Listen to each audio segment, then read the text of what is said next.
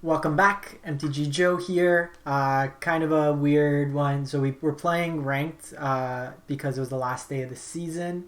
There's like 20 hours left, so we were like 1078. We ended up picking up a win pretty quick. It brought us into the mid 800s. So I'm going to hold off on playing ranked right now. So we'll play a couple decks just to see. I want to see if that position holds for top 1200. So this is one that I've been brewing offline. It is a black-white Aristocrats build. So Aristocrats is allude to the old deck archetype around the cards Cartel and Falconwrath Aristocrat, respectively. It's basically a self-sacrifice for value deck, and you usually have with like a Blood Artist or Drain effect. The card we get through this is Cruel Celebrant. So whenever it or another creature or planeswalker you control dies, each opponent loses one life and you gain a life. So what we're trying to do is with like Cauldron Familiar, you can drain them up an extra point of life each turn, so it doubles up your Cauldron Familiars. Gutterbones can be sacked to like Priest of the Forgotten Gods, so you can get it back afterwards. We have a number of afterlife threats, so both of these, when they die, you get a 1/1 spirit, so you can sacrifice it, and then you get another creature afterwards, so there's the continued value there. This one has Death Touch, this one protects against like flash spells, so it's kind of a split right now. The numbers aren't super refined with these. I want to try out 3 and 3. And the card that really pulls this together, makes it have a little bit more legs, is the new card Woe Strider. So this is an unconditional sacrifice. So we've seen a lot of stuff with like Priest, you need to be able to untap with it. It needs to have at least haste or a turn of Summoning Sickness. It also needs 2 creatures. Woe Strider comes down. It can sack any amount of creatures, and you get to scry one other than itself. When it enters the battlefield, you also get a token, so it itself turns on Priest of the Forgotten Gods.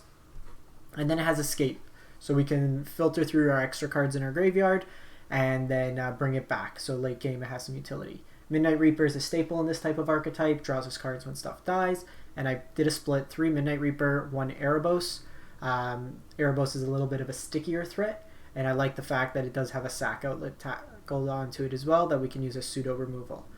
With all our stuff dying, we have Nightmare Shepherd that can give us tokens, copies, so it's another way to get more utility out of our creatures. So you can imagine you sack 2 things to Priest, and then you get back with the Nightmare Shepherd. It is a little bit of a non-bow with the Afterlife, but in the couple games I've played with it, it hasn't been too bad. You could get board states sometimes where your opponent just can't do anything, because if they kill your board, they die because of the Cruel Celebrant triggers. Mana base wise is pretty simple. You got your castles, your duels, and a couple Fabled Passages. We're mostly base black, so my mana base is skewed that way. Sideboard wise, just threw this together. Agonizing Remorse versus the control matchups. Despark where we need to get rid of stuff. To kind of exile as well, very good against Green Cavalier. Murderous Riders when we need the more targeted removal. Elspeth versus the more grindy matchups, keep getting it back, creates tokens that work well. Some Sorins, again, just recursive value. The life gain is also useful in terms of racing. Elspeth Conquers Death, just good overall removal, bring back stuff from our graveyard. And in the slower matchups, like Control, we can bring back our entire board with Command the Dreadhorde. So main board, we're a little bit more on the aggressive slant. Post board, we're kind of more of a mid-rangey deck. So we'll see how it fares. What are we at? 871 still. So we'll just play standard traditional play, give it some games. For those of you that are tuning in live on Twitch, for whatever reason, Aether Hub's not letting me import the deck list, so the widget is a little outdated. It's still the Doom Foretold list, but when I have this up on YouTube, it'll have all the updated details in terms of the deck. So if you are catching this on YouTube, you enjoy the content of the channel, the best way to show your support is by just hitting that like button, or if you haven't done so, subscribing. They're both free and an easy way to help out. And then if you are on Twitch and you're tuning into this, another way you can help out is by just hitting that follow button. They're all free, it helps out, and it's great. If you finish top 1200, you get some like mythic points for like competitive play. And then there's like a play-in tournament, similar for like MCQ qualifier. So Castle here can be Gruel, most likely, because they wouldn't play this on 1 if they were mono red. So this probably is okay. Like, they still might be mono red, but okay, yeah, they're still mono red.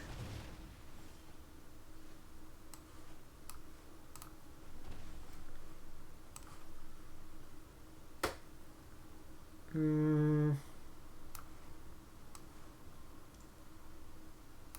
gonna go Tithe Taker here. I'll probably take the point of damage this turn.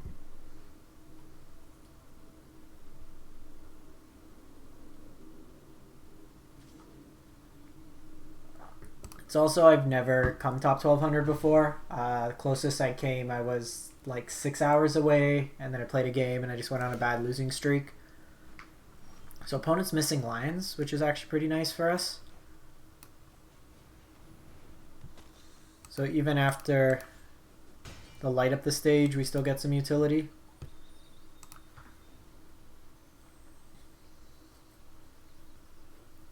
So a little punished here. I would have liked to be able to Witch's Oven to get around this Bone Crusher Giant.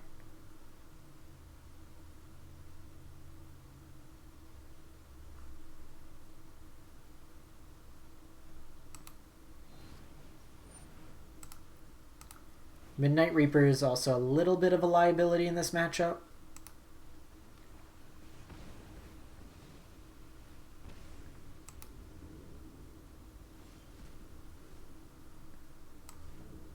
Interesting. So opponent's playing back.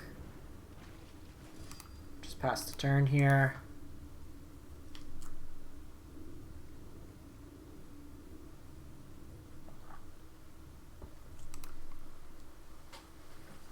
So Cat would be good in this. I think I want to take this. Like, if they have a pump effect here, I draw the card anyways, but I'd rather try to trade. Okay, they use a Rimrock Knight here. We're drawing all our ovens and no cats.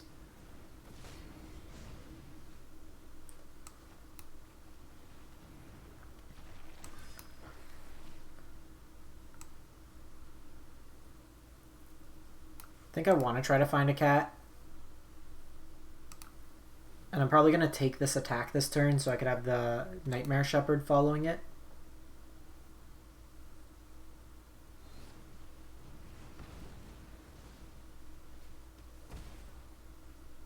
Okay, so based on that, I'll probably block.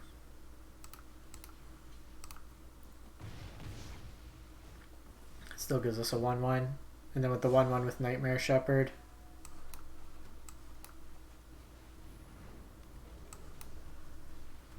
Now I can at least get a food, and then with the, is this non-token? Yeah. So here I can block and then sack to the oven to gain some life.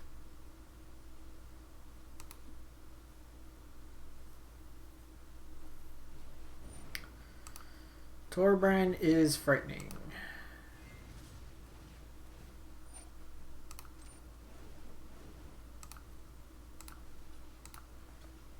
Because the problem is these deal 4 damage of first strike damage. So it can even kill our Nightmare Shepherds. So I think we are probably pretty dead in this matchup.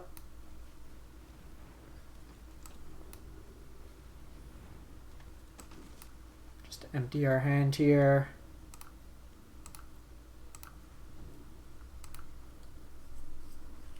So this is a matchup like having targeted removal in the form of like Murderous Rider, Elspeth Conquers Death can be decent. Might be a little too slow at 5 mana. I don't like Priest in this matchup. They have a lot of cheap 1-drops to throw away and it just dies to all the shock effects.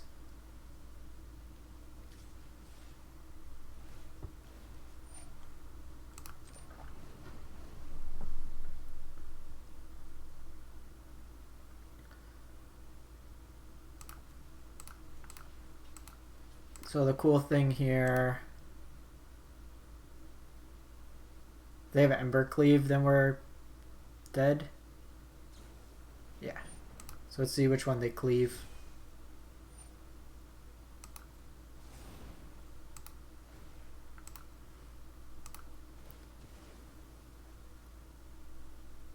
so we can get the token of the priest.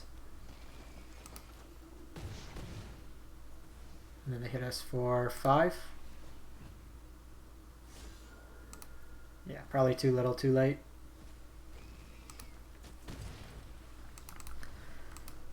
Well, they stumbled, but our hand was a little awkward there. So Sorins are good in this matchup.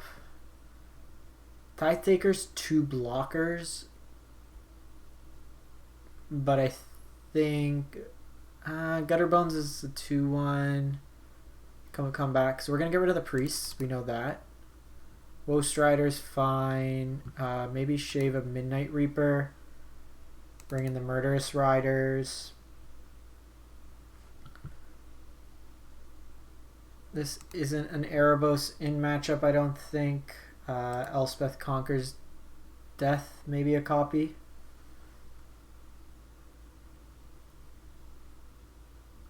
Play everything else otherwise.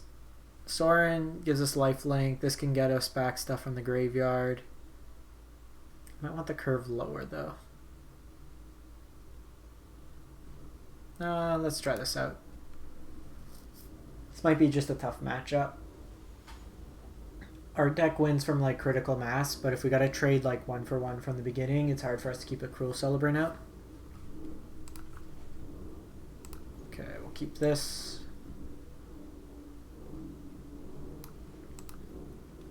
So I'm probably gonna go Tithe Taker. You make a 0-1 goat. I want to play these out when I can play 2 of them. So we got Steamkin here.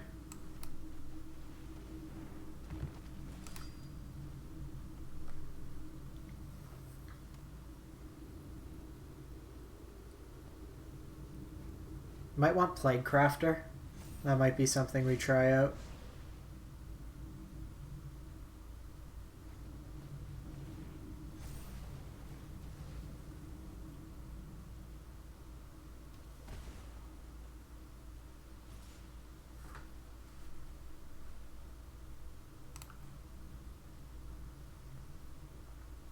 They have a pump here, Rimrock Knight. Yeah, and then play it out.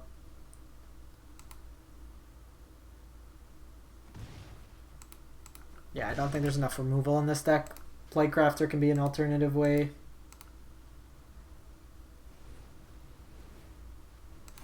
Part of the problem is we haven't really been able to play out like multiple kind of threats.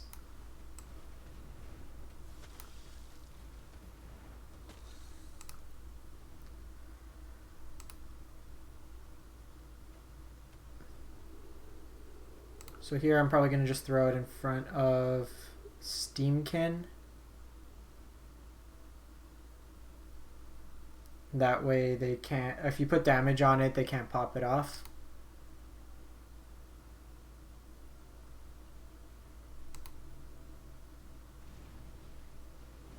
Okay, they main phase Rimrock.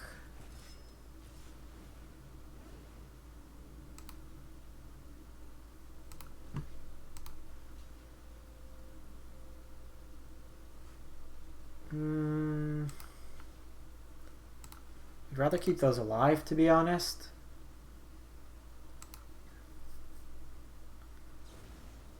Okay, so they have another Rimrock. So that was a good play to not take that.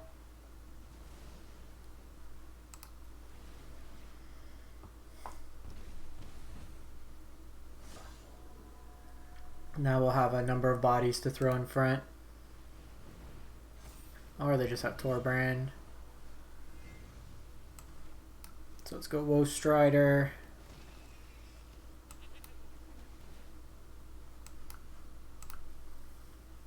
So the nice thing here is we can put blocks in front of our opponent and then sack them to scry to try to find something better.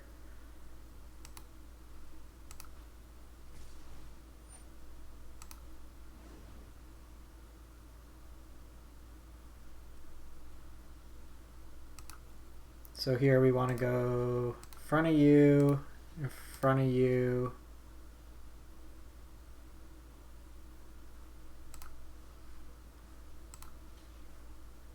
front of you, in front of you. So I'm going to wait to see if this is Embercleave. Okay, they just do a pump here.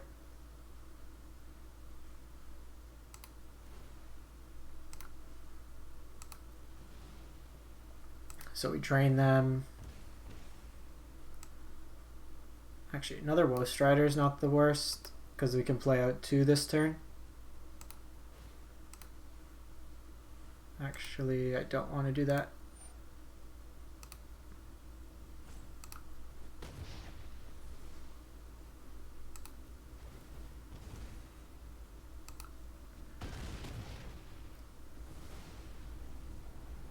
Then we get some more drain. Because then we also have the escape Woe Strider that can be played out afterwards. So I'm actually just going to get them a chip damage. I'm not going to block with the Celebrant, so I want to put some damage on them.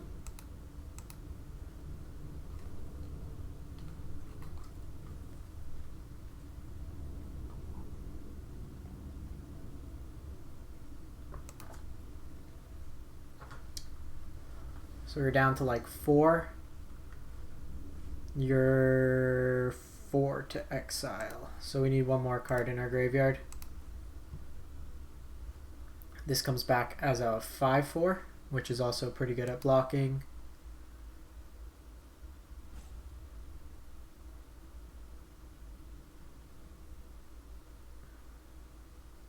Is it? Okay.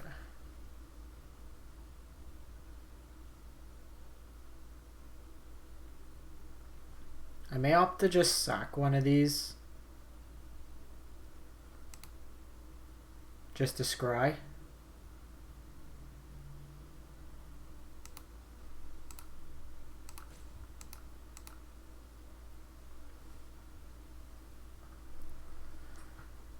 We got a mono red player thinking. I think we unlocked the medal.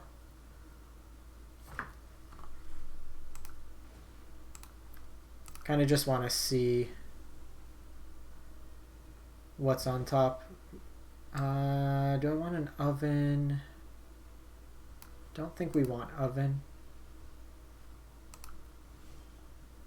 That's fantastic.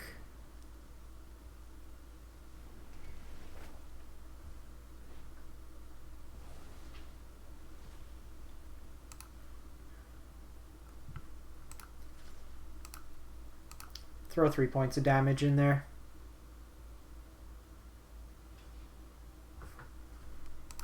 They have a pump effect that can just sack it for the scry. Oh, that was dumb of me.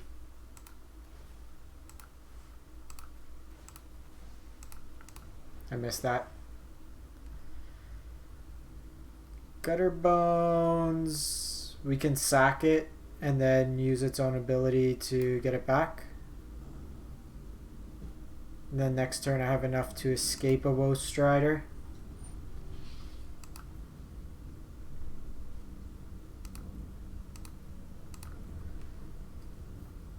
So I can escape Woe Strider.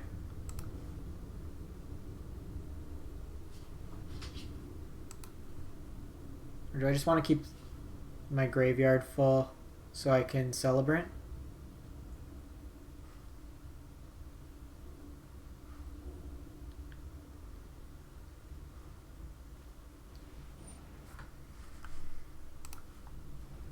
I think with the second Torbrand, we want to keep the Celebrant.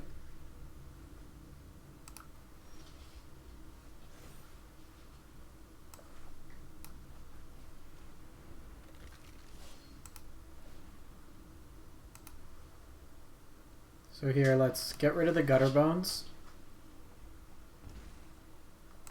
Don't want Fabled Passage. So 1, 2, 3, 4. This is why I kind of like the escape on it. It lets us go more grindy when we run out of cards. And then next turn I could bring back Celebrant, and then I have enough lethal on board to sack my board and kill them. Alright, we outgrinded mono red until they just Embercleave us this turn and we die.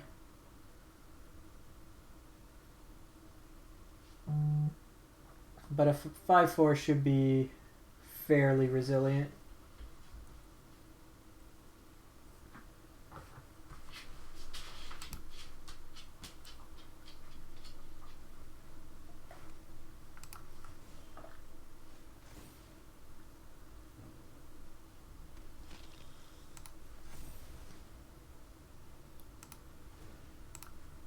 So we just sack here and then we drain them out of their life. Doesn't matter. Because even if they do something in response, because it's unlimited sack.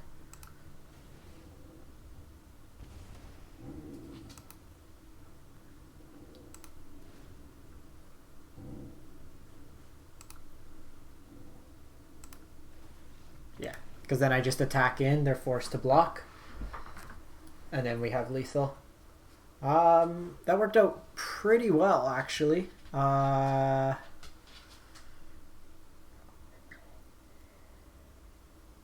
Tithe Taker is fine. It's 2 bodies at least, maybe. Actually, let's get rid of the Nightmare Shepherds on the play. They're pretty slow. Let's go Elspeth and another Conqueror's Death just as removal. I think we just run it like that. Like, we're not beating Embercleave. I think that's just a concession of our deck. We have a bunch of 0-1s and like 2-1s. We're not a bulky deck. We can chump block for days, that's not a problem. What's wrong, puppy?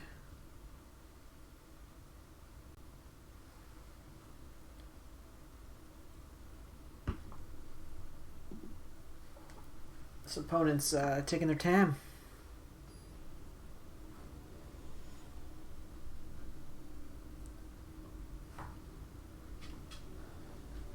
Yeah, she's got her bed behind me. I bring it in here. And then she just kind of hangs out. His hand's a little slow. Not crazy.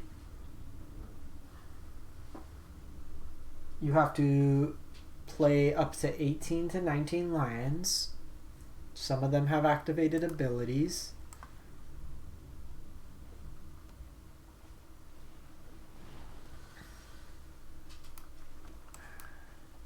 Didn't really want the land there. Probably just going to be aggressive. I'll trade with the Scorch Splitter.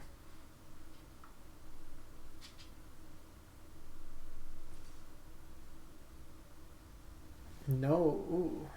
Okay. Just going to... It's a body. Just hold this back. So they're missing land drops. Bodes pretty well for us, actually. Because next turn I Sorin and I just start upticking. And then start putting some life. Okay, they just concede. So our bad hand, our 6 lands outweighs theirs.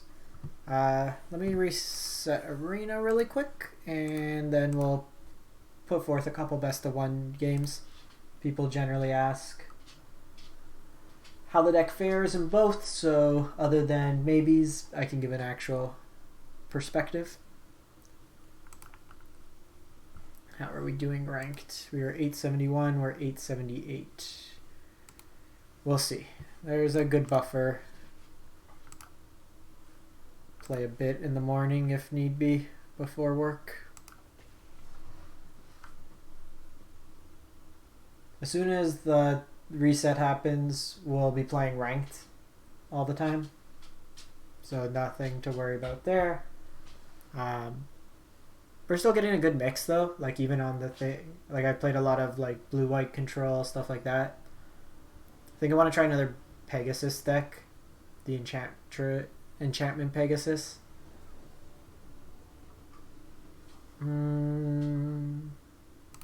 That's fine. in the dark. It's fairly aggressive, nice curve.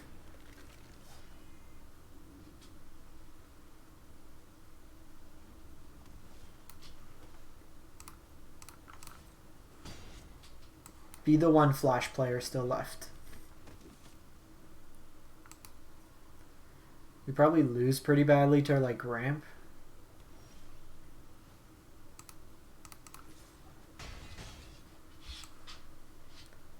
I think I'm just going to go another Tithe Taker here.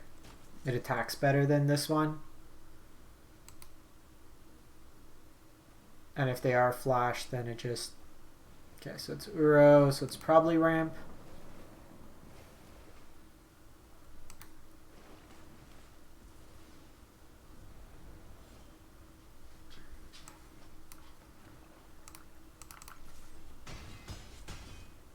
So here I'm just going to go Cruel Celebrant and Witch's Oven. If they have a Nisa, we can take the attack this turn. I'm not too worried about that. Okay, what do we got here? Mesmerizing Benthid. It has hexproof as long as you control these other dorks, and it's a 4/5.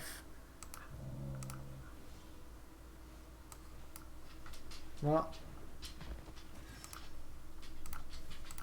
we came to turn things sideways. Hey, get away from there. Get away from there.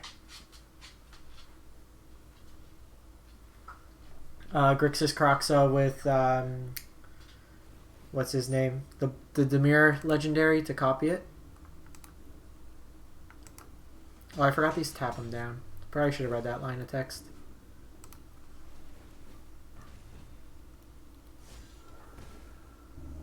Not bad. Find another land that's, we get that dude out next turn. Lazov, yeah. We'll probably play that one, actually. I've tried, I think I've tried it. I have copied, no, I did Sultai. I have copied a Titan with Lazov. Which in particular? Okay. Dog went back to red. She was sniffing right where my power bar was with like the desktop and everything hooked up. I'm like, I don't need you to be doing that.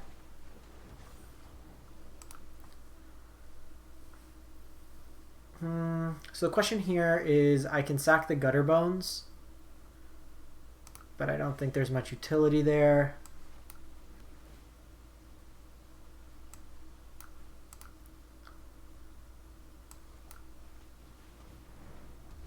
So I'll probably just do a setup turn.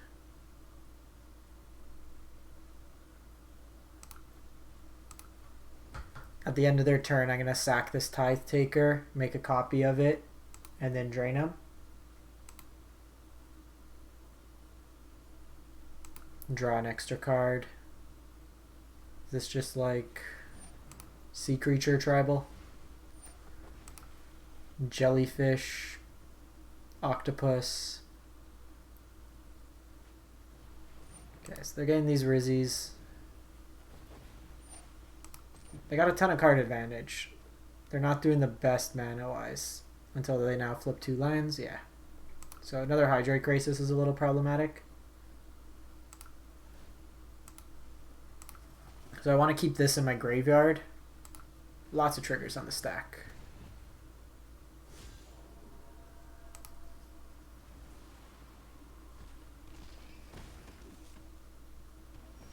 That's very good as well.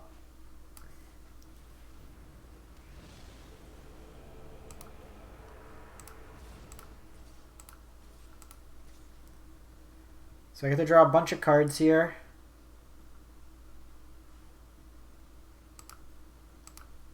And I get to drain them a bunch.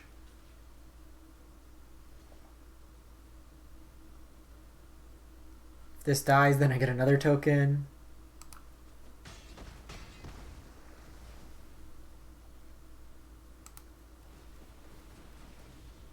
And this is offsite. It's the life loss. Oh no! Oops. Did not mean to exile that.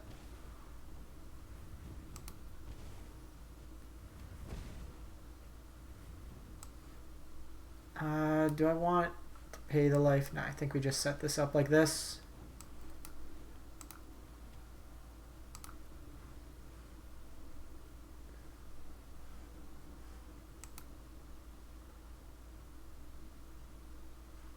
Because what's kind of cool is I can attack if they block the Hydroid Krasis on Nightmare Shepherd. They go Agent. So whatever they steal with Agent, I sack.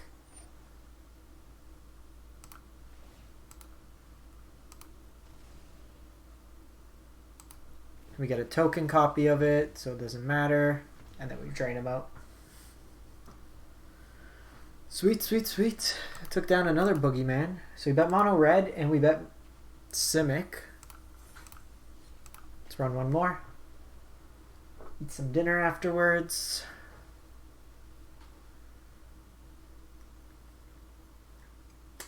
This weekend I'll probably do a couple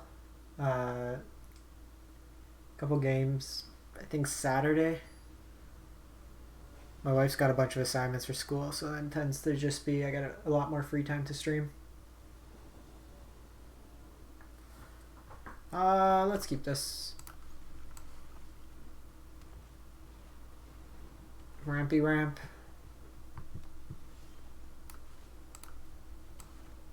I like the Enforcer because of the death touch.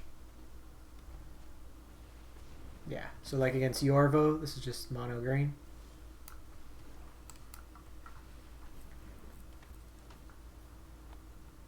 So if they go like Vivian here, okay, they go Questing Beast. Do you know what our deck can't block? Questing Beast.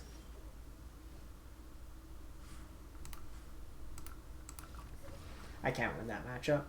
Like, turn 2 Yorvo, turn 3 Questing Beast with my deck full of 1/1s. They just can keep attacking with Questing Beast. I'm not going to get to the point where I can block. Like, Midnight Reaper can block, but it's just going to die, and then it's just not a matchup we can really come behind.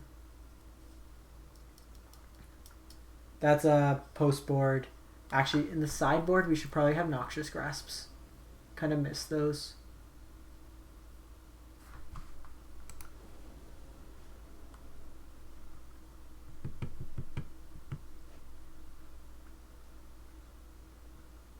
Let's keep this. Bones on 1, Tithe on 2.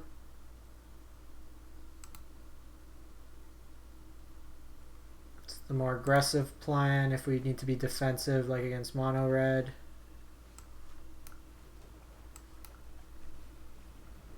Because then that way I can Celebrant and Familiar on 3. Okay.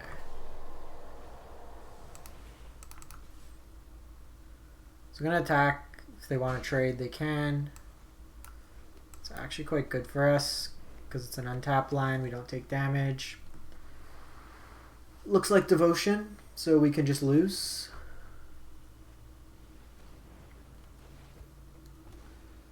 I might try out Dimir Devotion as well. I want to basically try Ashiok and Thassa in this shell.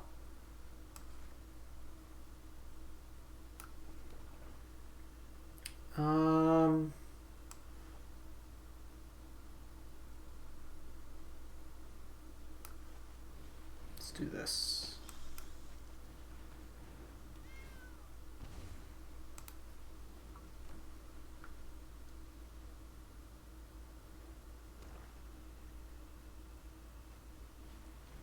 Gray Merchant goes for 7 here.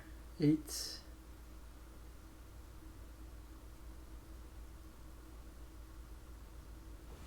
And they got Rider. So we took a chance there. I wanted to try to sneak the Celebrant down with Nightmare Shepherd.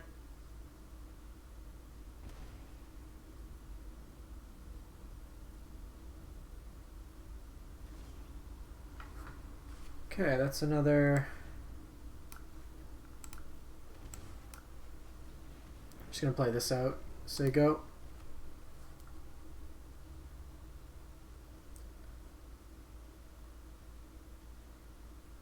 They're hovering over Nightmare Shepherd, so they might have another removal spell.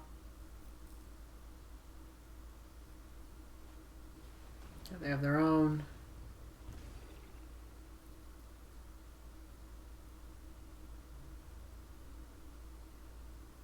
This is like a weird standoff.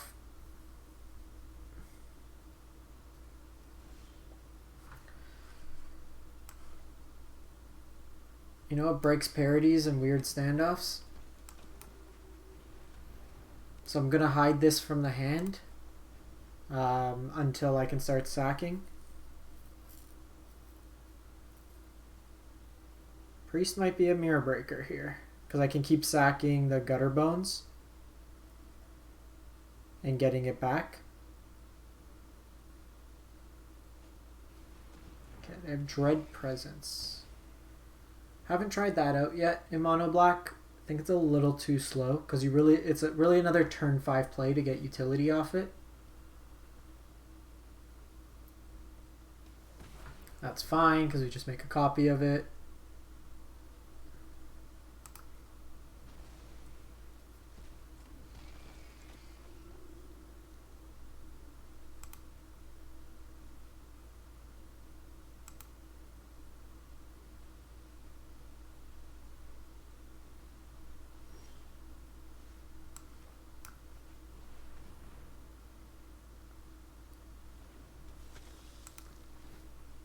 So let's get them to sacrifice.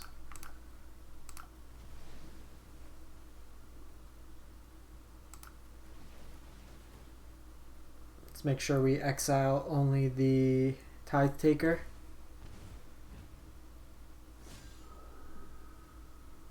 Take action and then decline.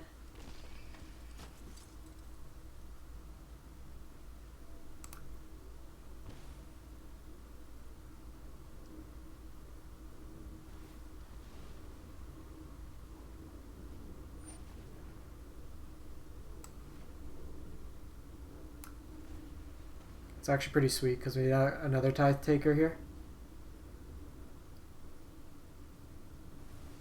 Okay, so they do exile. Then we got Cruel Celebrant and Cruel Celebrant.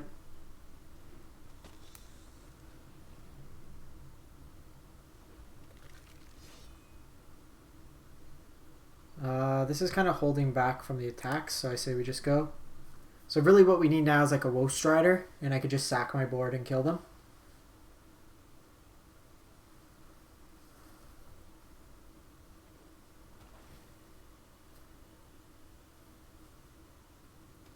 Okay, so they get rid of the priests.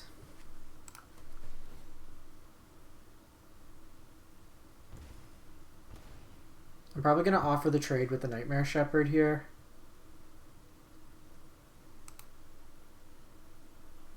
Surprised they did that, because with the Yar out, you can sack this every turn. Pretty much, and then get it back.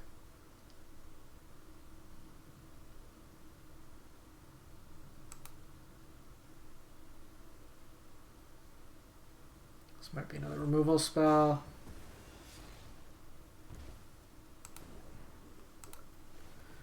Opponents run well.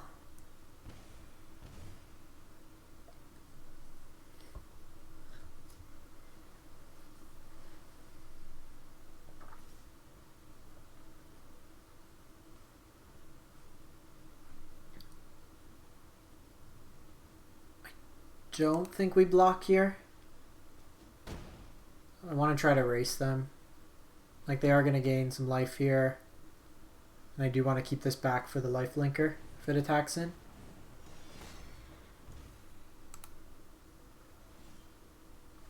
Perfect.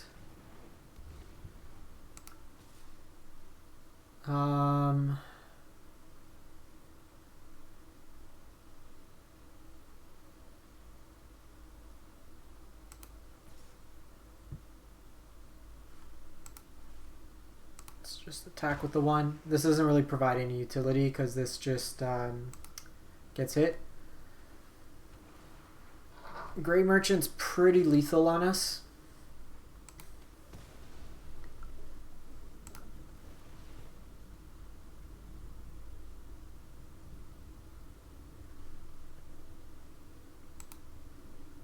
They're at 11, they'd be at 13 devotion.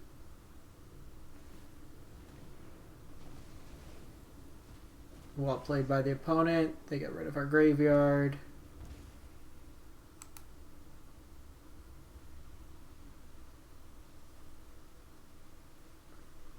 This Dread Presence is a bit of a problem. Because lands or spells are good draws for them at this point.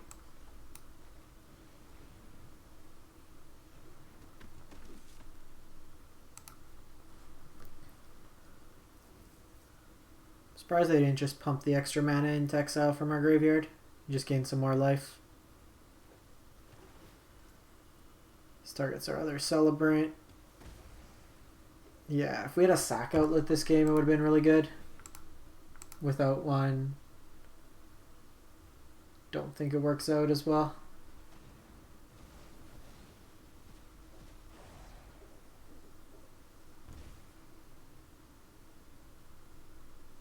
This also gains 2 life every time they go. I just don't think we're breaking parity here. And that's 3. Yeah, we're dead here. I just don't have much of a catch-up mechanic at this point. We win through the Cruel Celebrants to break this wall down, but with 3 of them exiled. We'll run one more. Takes us to about 50 minutes for the video.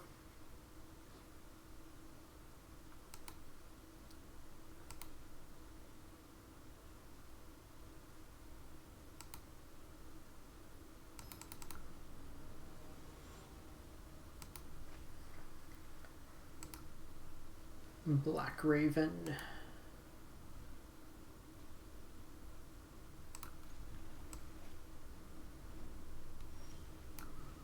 So I'm going to be aggressive, seeing Evantress.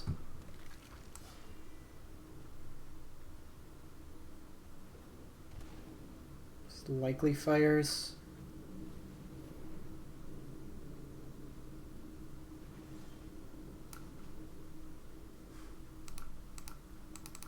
Probably an awful matchup. Yeah,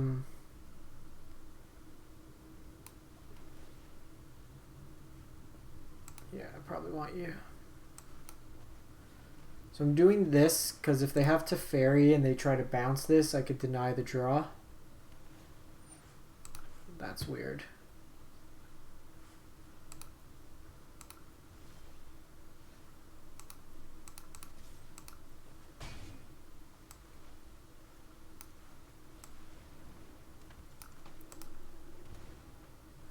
So want to try to avoid Clarion here.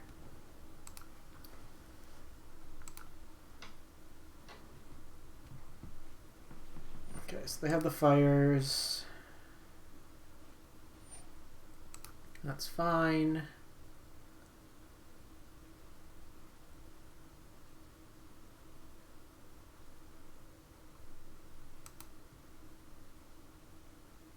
So I can actually Woe Strider here.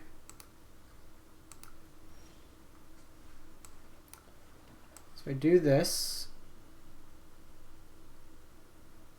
I get to 3 mana. Or I can just play out Erebos and then have insurance to draw cards. Plays worse against if they have Cavalier.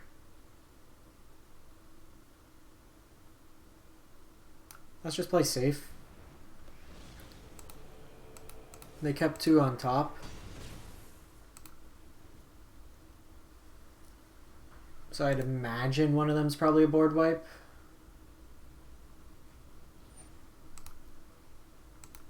They can take all the time they want to draw from these dreams.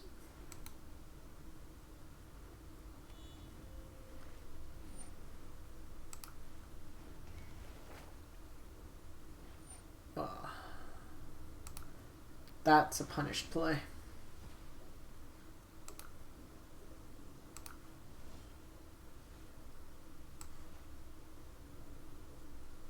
I think we just do this. We can get kind of nutty here.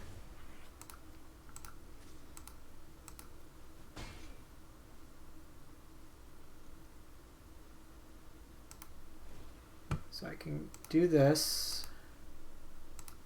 Sack these two.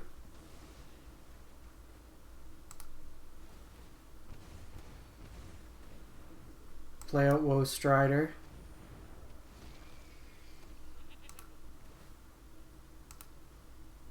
Sack that.